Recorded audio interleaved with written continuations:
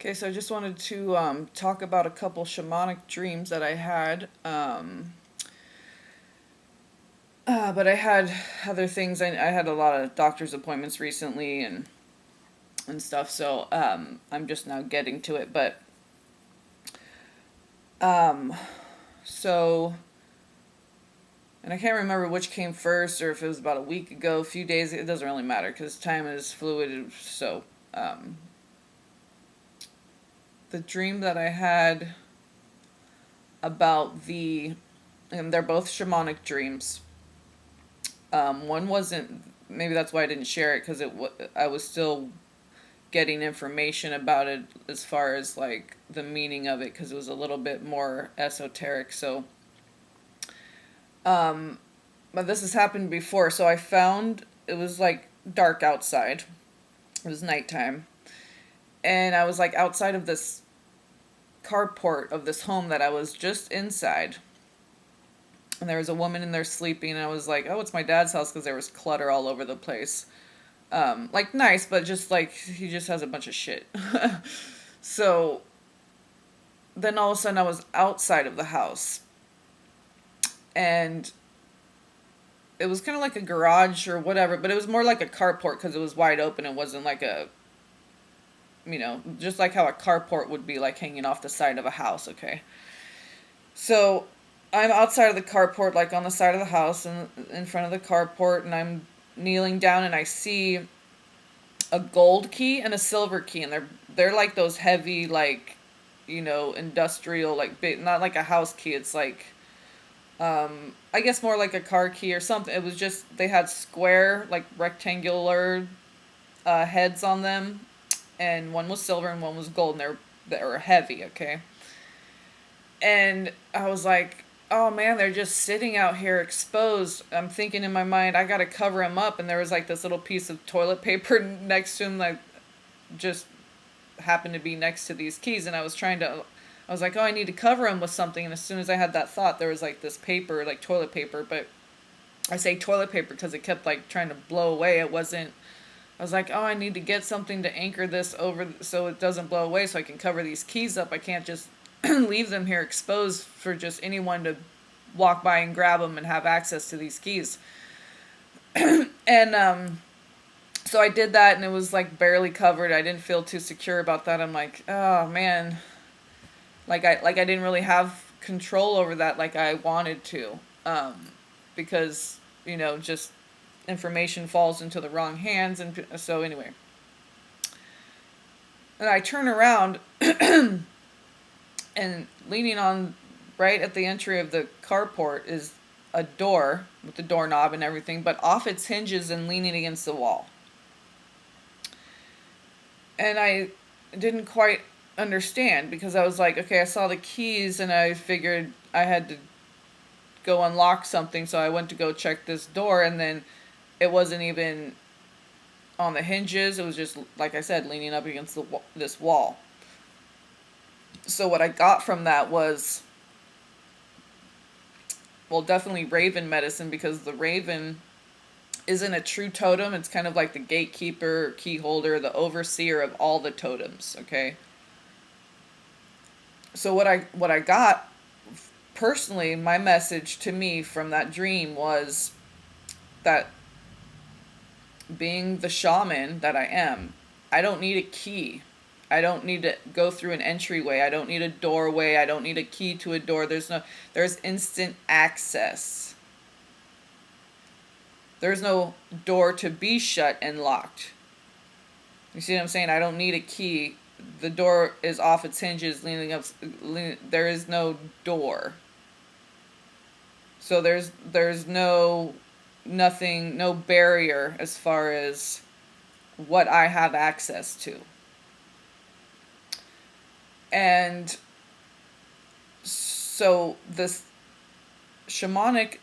other shamanic dream that I had as far as the animal totem medicine that came to me, and if I don't see it in regular life, because I live in Northern California, I'm not going to see like black Komodo dragons or the black elk. And okay, so these animals will come to me in my dreams because I'm not going to, see them naturally in my natural environment. So if there's an important message from certain animal. But, sometimes I've had rabbits in my dreams and other things that I possibly could see where I'm living, but like I live like in town, not out in the, you know, out in the woods or whatever. So, um,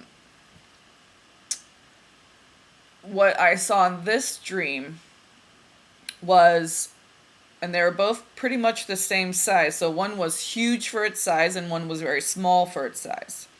So the dream starts out, we're in this house with 3 women, and this relates to my doctor's appointment energy, but I was kind of like observing, there was a child that I didn't necessarily see, but I just knew it was in one of the rooms.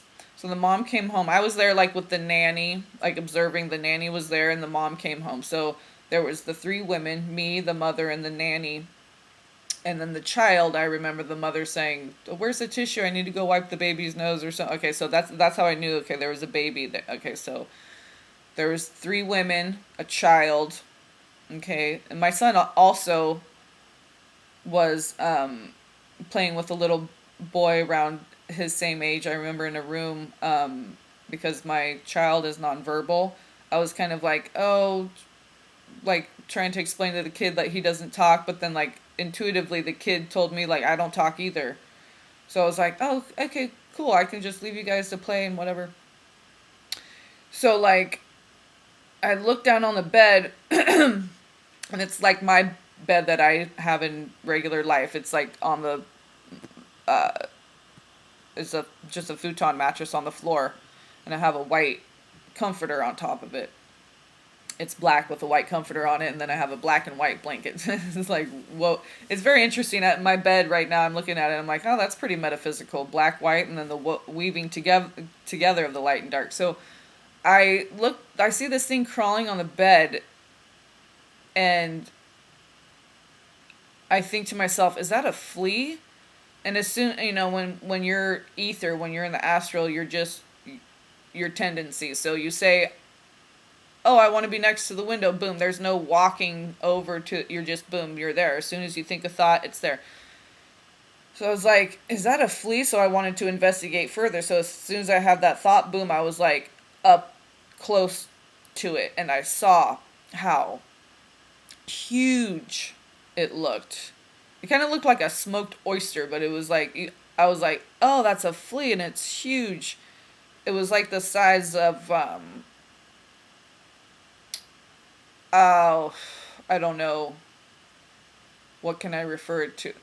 Like a regular light bulb or a little baseball, or kind of about that size, not that shape, but okay, big for its size, right? Look, I mean, it looked like the size of like a brand new baby puppy when they're born. They're tiny, right? But if a flea's that size, that's huge. So all it did, and it was kind of moving slow. It wasn't. It was just like, I thought of like a tick all swollen up with blood, and then they're just so fat, and they just lay there and they're not doing anything. Okay. But fleas, they're real springy and bouncy, and this thing was just huge, fat, full of blood, and it just kind of, well, I say full of blood because how fat it was and how lethargically it was moving, and it just slowly crept off into the crack and disappeared, like out into the darkness of the crack between the wall and the bed. And then, so I turn and I'm like in the hallway of this house. I was in a room, and now all of a sudden I'm outside the room in the hallway, and there's like this thing bouncing around, flying around in my face. As like, I'm like swatting at it kind of, because it's like really like keeps getting up in my face. I'm like, whoa, it's like bouncing at me, and like I said, all up in my face. And so I'm like kind of trying to dodge it, like, whoa, that's like too much. Like, so I take a closer look at it because it kind of hovers at one point, and it's a tiny orange kangaroo. So the flea was huge for its natural normal size, okay, and the kangaroo was tiny, super tiny for its size, and it was bouncing all around full of life. The flea was like like, oh, I'm all full of blood, I sucked your blood, I'm good, I'm gonna go over here now. I don't need anything, I'm gonna go creep off into the darkness.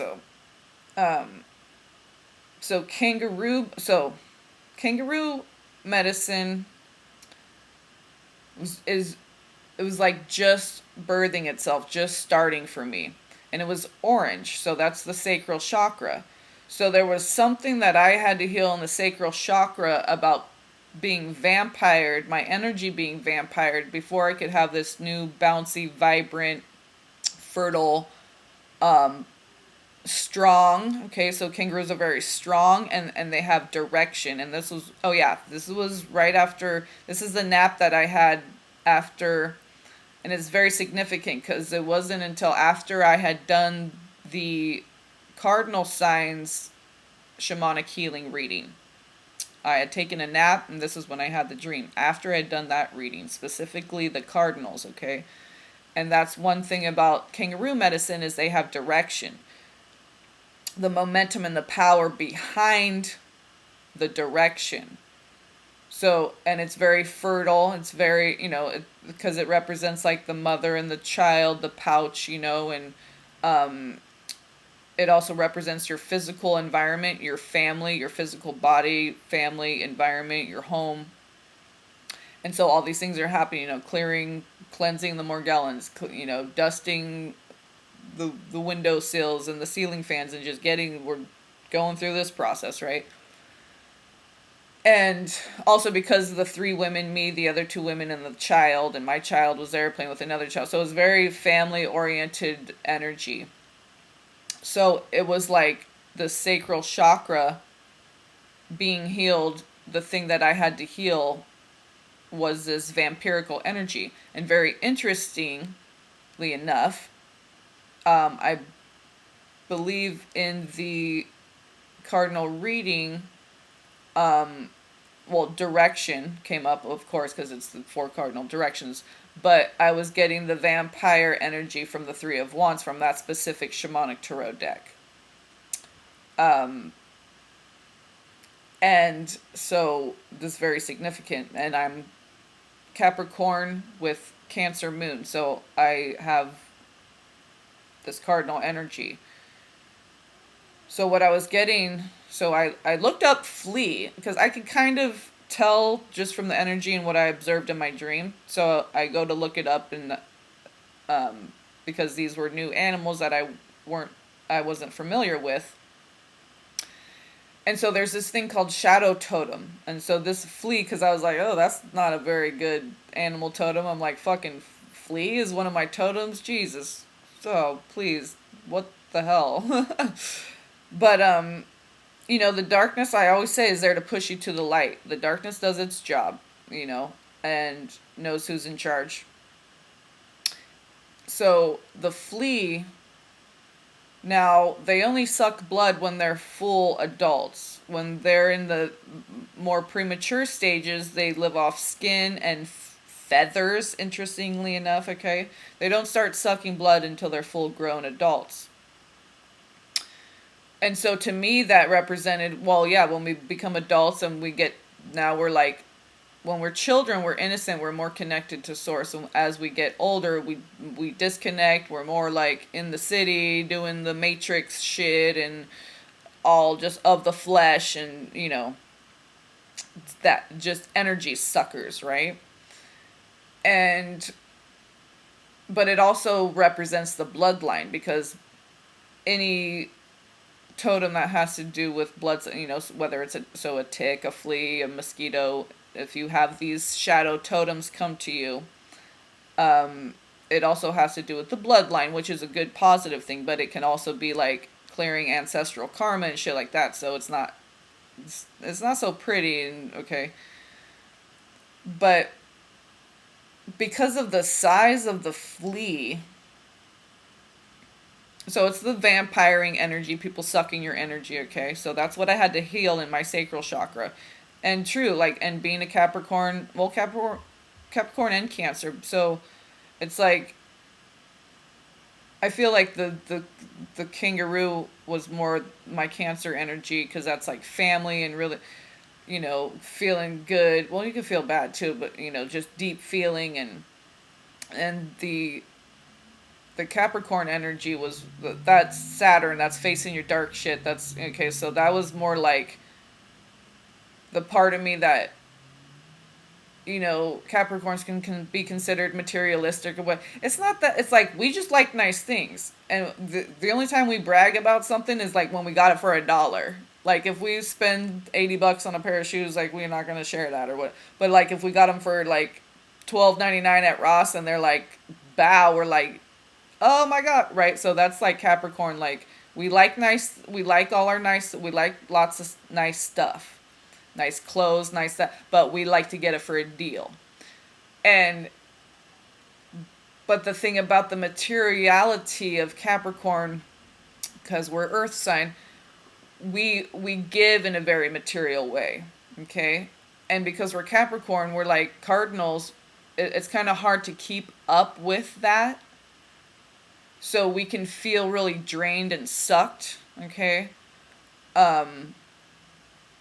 Because it's just hard to keep up with that level of giving that a Capricorn, the level of giving that we have. So it's just natural that it's kind of always going to be in balance in that way. So I was releasing that need to like give to the point of being depleted and just feeling sucked dry and no one giving back. And so I was releasing that because the flea was huge, all filled up with blood. It was done. It was full. That's over. That it reached maximum capacity.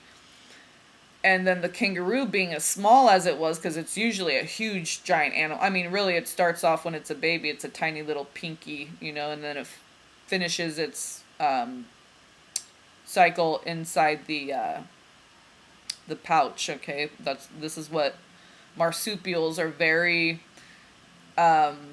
I think skunks are also marsupials, maybe raccoons and stuff too. Possums. So there's a lot of like animals, creatures of the dark that are marsupials. But kangaroo is very much like, and you think of it's in Australia, so very much vibrant, sunshine, good energy. It was orange though, so that was the sacral chakra connection of clearing that with the flea medicine in order to bring in to usher in the kangaroo medicine. Because it was so tiny, this was like a brand new beginning. Okay, tiny comparatively speaking for the size that its full grown size. So it's like out with the old, letting people vampire you, and in with the new of having your fortitude, your strength, your momentum, your direction, and just focusing on self, your body, your temple, your home, your body, your family, your community, the fertility of this new beginning after releasing that. So that was the sacral chakra clearing that I had to do. And you, if you are so inclined, you could look up more stuff about kangaroo and flea medicine and shadow totems, but that's just what stood out to me as far as what elements and messages I got just organically from my dream itself. So, yeah, some family ancestral karmic clearing with that vampirical energy of the shadow totem with the flea. That's done, over, gone. It crept off into the darkness just as it should, and now this vibrant new fertile beginning is allowed to, because we can't move into the solar plexus until we have our basic needs met, the root chakra, the Muladhara, then we move up to the Swadhisthana, that's the sacral. Now we have to heal any pain there. Anything that's lingering needs to be cleared before we can move up to our power center, our solar plexus. Our Manipura is where we initiate, okay? And so I'm really feeling my solar plexus like And today it's like Liberation Day, very interesting. It's how what's happening for me today. I'm not going to go into it and share it everything, but maybe in the future. But it's like, and we don't have independence. I know, oh, happy 4th of July, happy Independence Day. And I'm like, independence from what? Independence from Britain? No, go research that shit. We still serve the Queen and yada, yada, yada. Anyway, but you can liberate yourself. Okay, you can have your own individual, personal independence and liberation. And that's your mukti. Mukti or moksha, depending on what language. Okay, so mukti, moksha, that's your liberation from this karmic wheel, the samsara, so we can get to the siddhi, siddhi. That's where all the magic, the mystery, that's the beauty, the beautiful part of life that blossoms, ripens. Okay, so this new beginning is ripe. Even though it's a new beginning, it's blossomed, it's ripe, it's go time. So that's the shift that I've made, and sharing it on 4th of July, Independence Day. This is my own personal liberation. And so, yeah, I just wanted to share that with you guys. I'm trying to think if there was something else.